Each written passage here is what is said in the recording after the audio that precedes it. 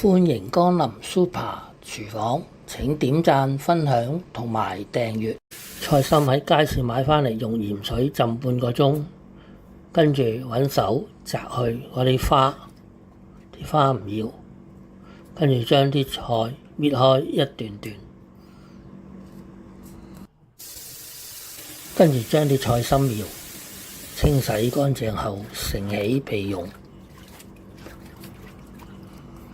切數塊薑片，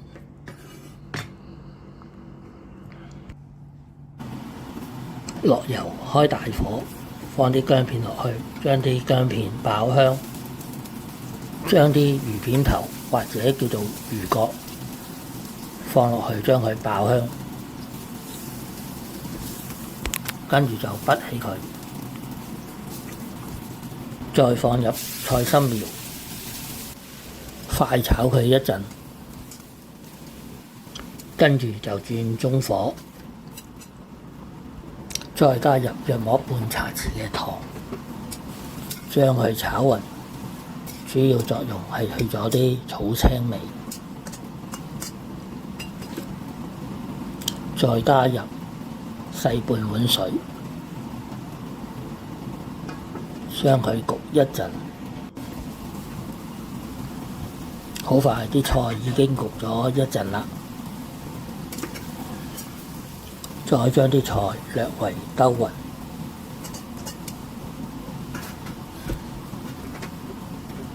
再加入半茶匙嘅鹽，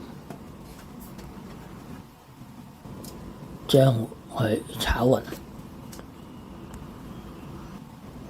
再放入魚角或者叫做魚片頭，用鑊鏟將佢兜勻，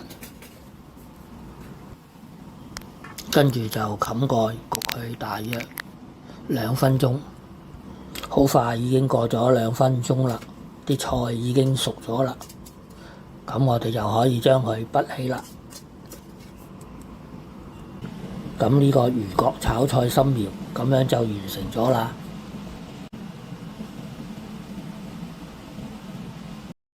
睇完片之後記得俾 like、分享同埋訂閱。